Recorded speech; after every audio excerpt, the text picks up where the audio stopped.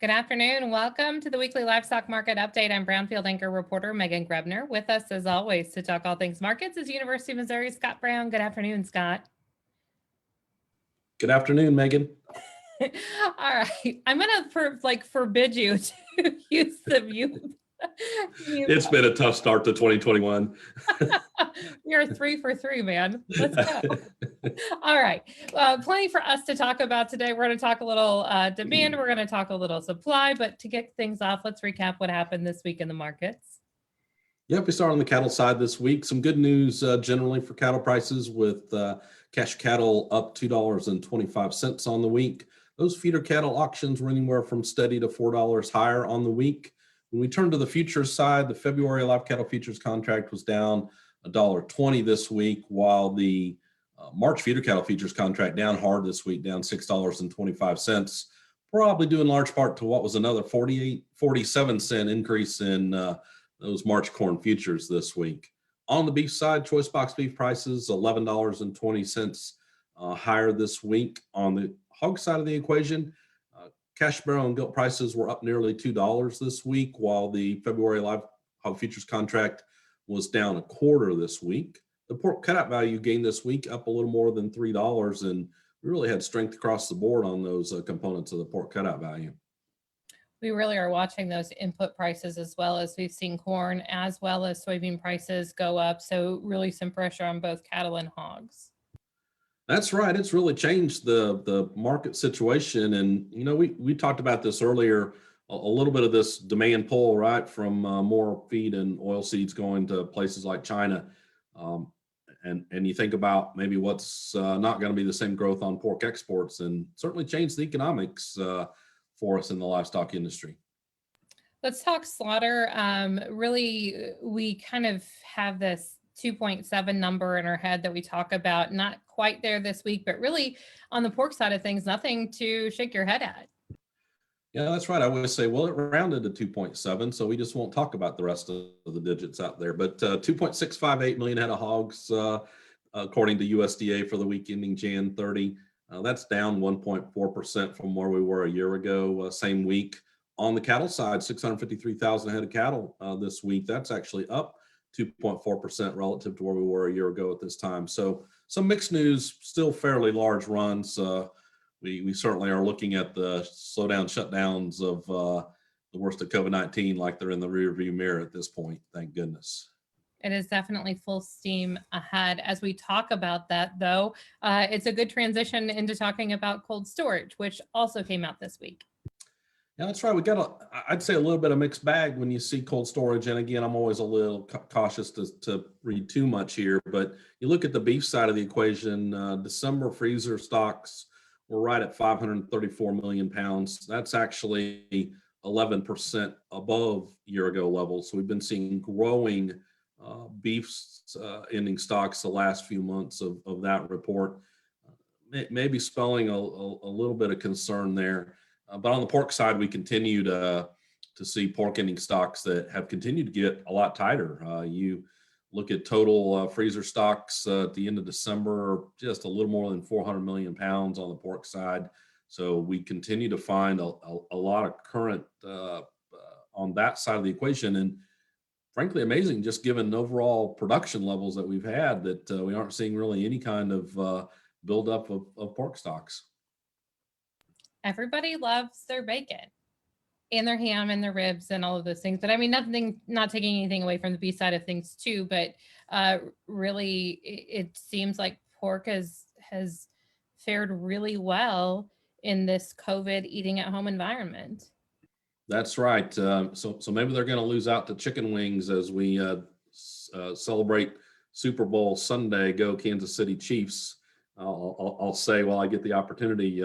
But chicken wing ending stocks also are well below where we were in 2019. So chicken wings might be a little harder to come by for your Super Bowl party here in a couple of weeks. I think we call that the big game.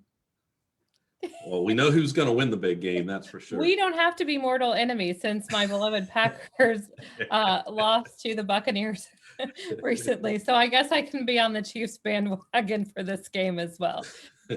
All right, let's talk restaurant performance. We've been talking about this. We talk about this every month, but I think we need to focus on it a little bit, specifically as we're hoping to see as vaccines roll out, as we start to see herd immunity and things eventually open back up, that we can start to go out and enjoy restaurants again. Yeah, so in fact, uh, we had good news in the December numbers that we got out for the restaurant performance index, actually up to 98.6. That's 1.1 above the November level in that overall performance index. I wouldn't have been surprised for us to continue to see down just given the cases of COVID-19 and some of the added restrictions, but we saw growth. Now, that growth came because of expectations. And I think a lot of folks trying to look beyond the worst of COVID-19, that expectations index was up over 2 points from November to December, which tells you the current situation index fell slightly to get that growth. So same store sales and so forth were down in December, but there is some expectation of some improvement as we get further into 2021 here. Hopefully we can get back at it and back in restaurants and back to a little bit more normalcy as 2020 presses on. I think the big report for the week is cattle inventory. As we take a look at that, some surprises in that report this month. Yeah, so some surprises. I will say generally this report confirms a continued reduction in the cattle inventory here in the United States. Maybe the reduction is a little less than some of us expected pre-report, but you look at all cattle and calves came in at 99.8% of a year ago.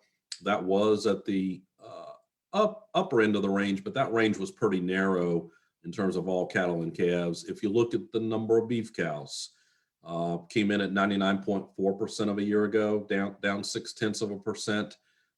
That was outside the upper end of the range. So maybe a few more beef cows than we would have anticipated. But for me, some of the good news here is calf crop came in at 98.7. That was at the low end of the pre-report range. So maybe fewer calves. And, you look at some of the revisions we got out of this report, the 2019 calf crop was also nearly 500,000 head less than what they had previously reported. So maybe some fewer cattle is one way to look at what's coming here in 2021. Maybe a few more beef cows, although still down, than a lot of folks would have thought. Are you surprised when you get into some of that regional, those regional areas, what this report shows and what that means for parts of the country? Yeah, so we're talking about this just a little bit after the report came out, so still trying to digest everything, but a little bit surprised to give us the states reducing inventory, beef cow inventory. Colorado down 112,000 head. I guess I wasn't surprised there. I think weather's played a role in a state like Colorado.